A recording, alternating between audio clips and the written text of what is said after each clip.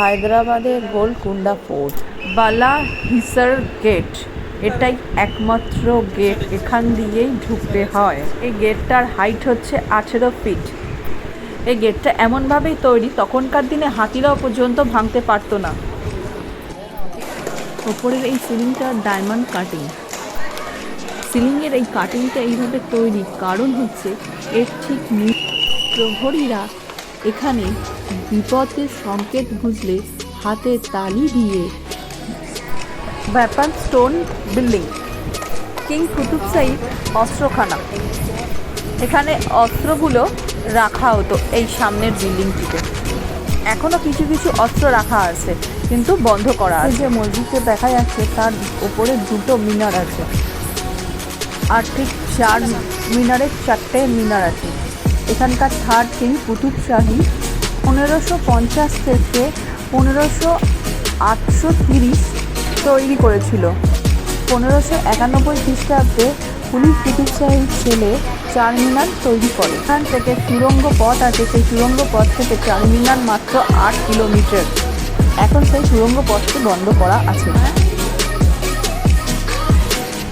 এই সেই সুড়ঙ্গ পথ। এই গোলকুন্ডা ফোর্ট হচ্ছে হীরের জন্য বিখ্যাত। এখানে কোহিনূর হীরে পাওয়া গিয়েছিল। কুতুব শাহী রাজা একটা পাথর পেয়েছিল, পাথর সাথে পালিশ করে কাটিং করে 30 মিটারের হীরে তৈরি করেছিল।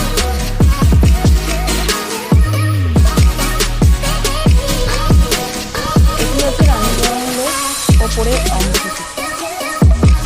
বলা হয় এই দুর্গটি 1143 সালে কাকাতিয়ার রাজা প্রতাপদিত্য তৈরি করেছিল, তবে সেই সময় এটি একটি মাটির দুর্গ ছিল। 1600 খ্রিস্টাব্দের দিকে কুতুব শাহী রাজার কুলি কুতুব শাহীর হাতে রাজা 7 বছর ধরে এই দুর্গটি নির্মাণ করতে সময় লেগেছিল। পুরো দুর্গটি গ্রানাইট পাথর দিয়ে তৈরি করা। এই ফোর্টের ওপরে পৌঁছতে গেলে প্রায় 250টি সিঁড়ি অতিক্রম করে ওপরে উঠতে হবে।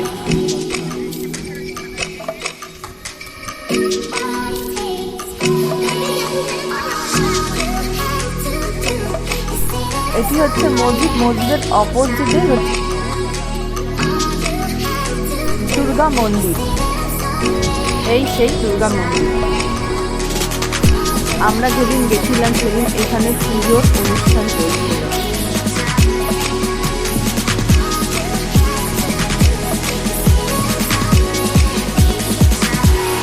কুতুব শাহী একজন নর্তকীকে ভালোবাসত। সে নর্তকীর নাম হচ্ছে ভাগবতী। পরবর্তী সময়ে তিনি তাকে বিয়ে করেন। নর্তকীর নাম রাখে তিনি হায়দার মহল। তার নাম অনুসারে এই জায়গাটার নাম হয় হায়দ্রাবাদ। গোলকুন্ডা ফোর্টের একদম টপ এটা। এখান থেকে হায়দ্রাবাদ শহরটিকে খুব সুন্দর লাগছে। পুরো চারিদিকে সবুজের সমারোহ, আর দূরে বড় বড় বিল্ডিং। কুলি কুতুব শাহী এই ফোর্টটা বানানোর পেছনে কিছু কারণ ছিল। সেটা হচ্ছে এখানে একটি হীরের খনি পাওয়া গিয়েছিল। রামদাস জেল, রামদাসকে এখানে 12 বছরের জন্য বন্দি বানানো হয়েছিল। আবুল হাসান দানব এখানকার তখন কিং ছিলেন। তখনকার দিনে এখানে রামদাস কালেক্টর ছিলেন। তিনি এখানে রাজাকে না কিছু বলে এখান থেকে টাকা সরিয়ে প্রায় 100 কিলোমিটার দূরে একটি রাম মন্দির নির্মাণ করেছিলেন। তার অপরাধের জন্য তাকে এখানে বন্দি বানানো হয়েছিল। তখনকার দিনে এখানে ডায়মন্ড মার্কেট বসত। কমন ওয়ে, কিং কুতুব শাহী রাজার সঙ্গে দেখা করতে যাওয়ার জন্য এই রাস্তা দিয়েই যেতে হতো। এই রাস্তা দিয়েই এই হীরের খনি থেকেই কোহিনূর হীরে পাওয়া গিয়েছিল। সোলজার সিলেকশন, 250 কেজি এই পাথরটা তুলতে পারলে সোলজার সিলেকশন হয়ে যেত।